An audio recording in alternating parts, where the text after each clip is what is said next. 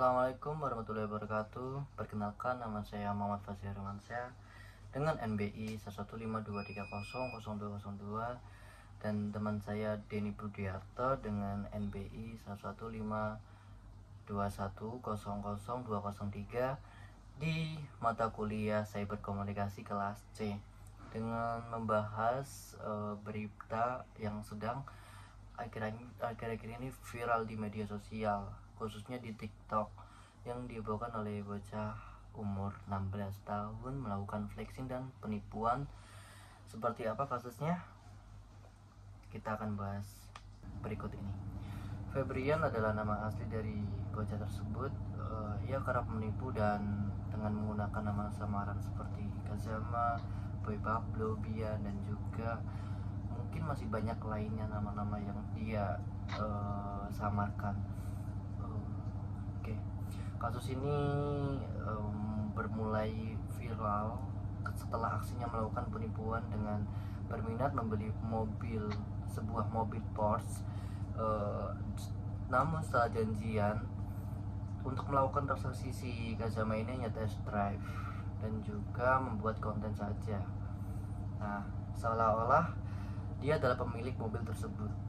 Setelah dimintai uang DP sebanyak 20 juta seperti yang ia janjikan sebelumnya, ia tidak mampu untuk membayarnya dan membuat pernyataan palsu dengan alasan uang tersebut akan dibayar oleh omnya yang diketahui adalah ayah dari kenalan ceweknya yang baru pertama kali ketemu.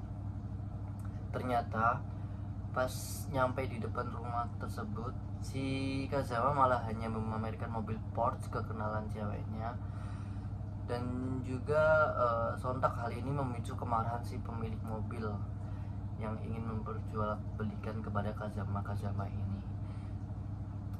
Dan juga pemilik mobil akhirnya membawa Kazama ke ranah hukum atau ke polsek.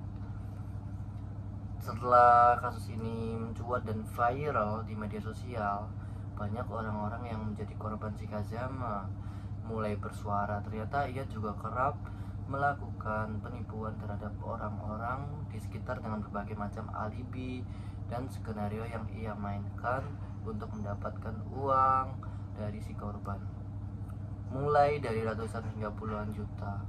Dan berikut ini ada beberapa chat yang bisa saya tampilkan yang diduga korban dari si Kazama.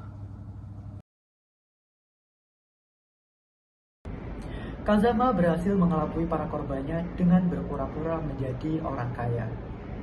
Bahkan ia juga mengaku sebagai anak dari Jenderal Bintang 2, di mana hal ini berbanding terbalik dengan kehidupan aslinya.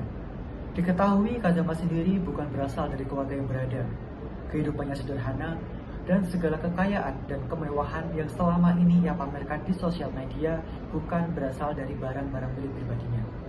Ia kerap meminjam barang milik temannya, bahkan menginap di rumah mereka untuk melancarkan aksi penipuannya tersebut.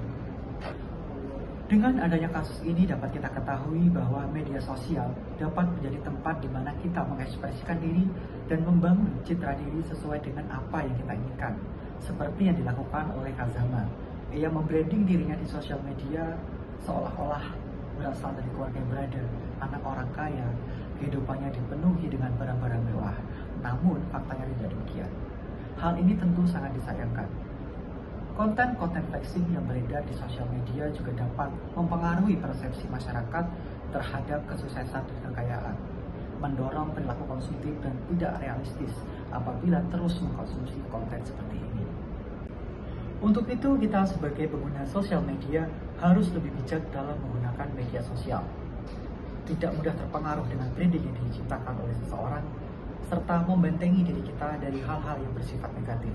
Karena sesuatu yang kita sebarkan, konten yang kita bagikan, akan dapat dengan mudahnya diterima dan direspon langsung oleh masyarakat.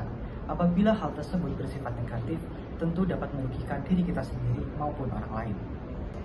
Di sini peran orang tua, keluarga, guru, dan lingkungan sekitar juga sangat penting dalam memberikan edukasi khususnya kepada para remaja tentang bagaimana menggunakan sosial media yang baik agar dapat memberikan manfaat untuk dirinya sendiri maupun orang lain.